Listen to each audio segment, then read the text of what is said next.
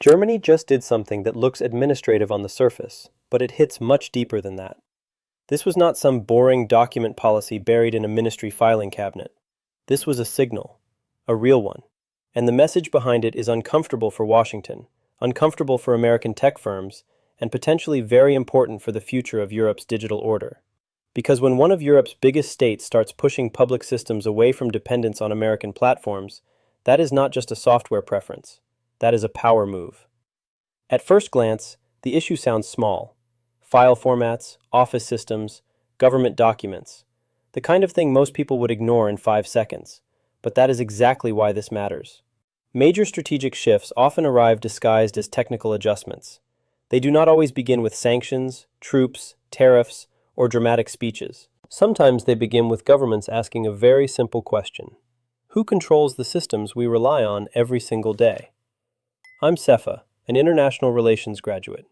Let's examine events not just from the headlines, but from their depths. What changed here is not just the paperwork. What changed is the political meaning of dependence.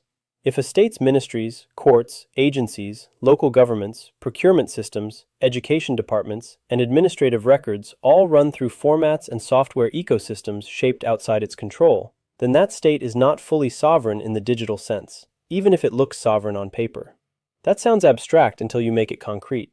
If your documents, workflows, archives, and internal coordination are built around standards another company dominates, then switching becomes expensive, delaying becomes easy, and political autonomy starts colliding with technical lock-in. That is where the pressure begins. Because the real issue is not whether Microsoft products work. Of course they work.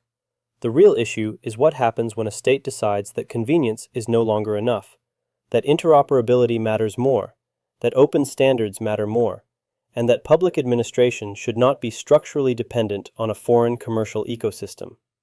The moment that logic enters policy, the conversation changes. You are no longer arguing about software features. You are arguing about leverage, resilience, and control.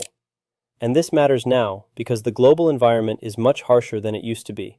Trust is lower. Strategic competition is sharper. Sanctions, export controls, data disputes, supply chain disruptions, and legal pressure are no longer rare events. They are part of the operating environment. So, if you are a European government looking at American tech dominance, you are not just asking whether the tools are efficient. You are asking what happens in a crisis. What happens if legal rules diverge? If political pressure rises? If access becomes conditional? If compliance requirements harden? If procurement gets politicized? Or if diplomatic conflict spills into the digital layer of the state itself? That is why this is bigger than Germany. Germany is not some peripheral player making a symbolic gesture for domestic headlines. This is Europe's largest economy, a central industrial power, a country whose administrative choices matter because they create precedent. Once a major state starts saying that public systems should move toward open document standards, more portable infrastructure, and less dependence on one external technology stack, others start watching. Some will copy slowly, some will test it locally, some will wait until the politics get even worse. But the idea enters circulation, and once that happens, the market calculation starts changing. Now think about the cost chain. If governments begin requiring open formats in procurement, that affects software purchasing. If they start valuing portability and compatibility across agencies, that affects workflow design.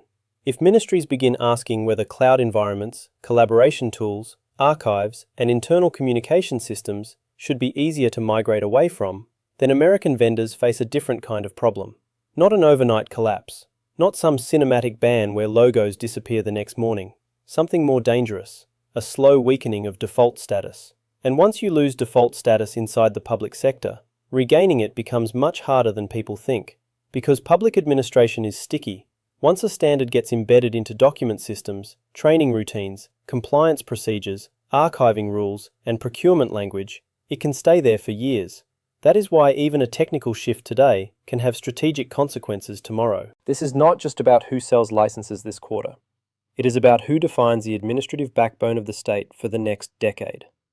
And if Europe begins to decide that backbone should be more open, more local, more controllable, and less vulnerable to outside pressure, then the long-term cost to American influence is not just commercial, it is structural.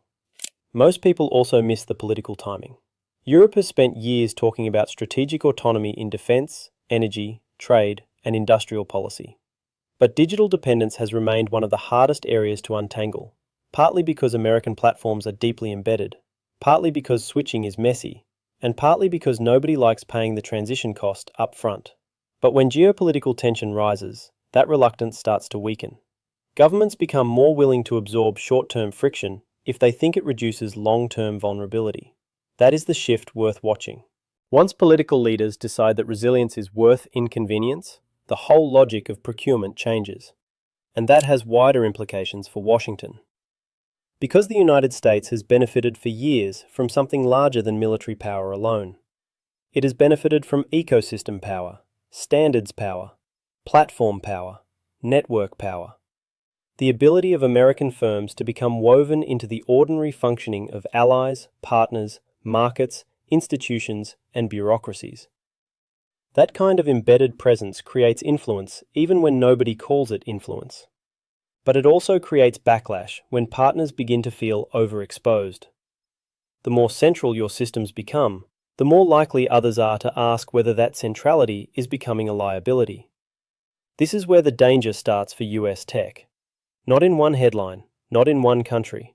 In the normalization of a question that used to sound fringe. Should governments reduce operational dependence on American digital infrastructure? Once that question starts sounding practical instead of ideological, the ground moves. Then it is not just about office software. It expands into cloud hosting, public records, collaboration platforms, digital education systems, procurement architecture, cybersecurity frameworks, and state data handling. The issue broadens from what file format do we use to who has structural access to the machinery of public administration. And the financial side should not be ignored either. Markets tend to underprice slow strategic shifts because they are harder to dramatize than a missile strike or an oil shock. But a gradual weakening of US tech dominance inside allied public sectors can alter expectations about future contracts, future regulation, compliance burdens, and regional tech competition. It can also support European political arguments for homegrown alternatives, for stricter public purchasing rules, and for digital policy that favors controllability over convenience. That does not mean American firms suddenly disappear. It means the premium attached to being the untouchable default begins to erode. What broke here, more than anything else, was an assumption. The assumption that digital dependence inside the Western alliance would remain politically invisible. That assumption is no longer safe. European states are increasingly willing to connect software choices to sovereignty, procurement to strategy, and technical standards to geopolitical risk. Once they make that connection openly, the old comfort zone starts collapsing. The discussion stops being, why would we move away? And becomes, why are we still exposed? That may sound symbolic. It is not. Symbols matter when institutions start acting on them. And when institutions act, contractors adapt, legal frameworks harden, standards spread, and habits change. That is how real shifts happen. Quietly at first, then all at once in political terms. Germany's move, whether people want to call it a ban, a restriction, or a standards realignment, points to the same underlying truth. Europe is becoming less comfortable with the idea that its public systems should sit indefinitely inside technological structures it does not fully control. So the real story is not about one company being embarrassed for a news cycle. It is about a deeper European instinct beginning to harden. The instinct to reduce dependency before dependency becomes coercion. The instinct to pay transition costs now rather than strategic costs later.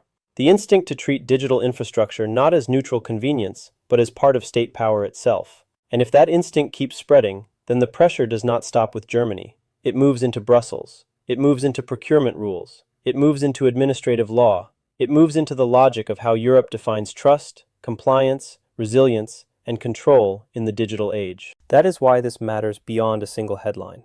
Germany is not just changing how documents are handled. It may be helping change how Europe thinks about sovereignty itself. And once that shift becomes operational, the pressure on US tech and the leverage gained by those pushing for a more autonomous Europe will only grow. That is the part most people miss. The visible event looks technical. The actual rupture is strategic. And if this is the beginning of a broader European pattern, then what we are watching is not a software dispute.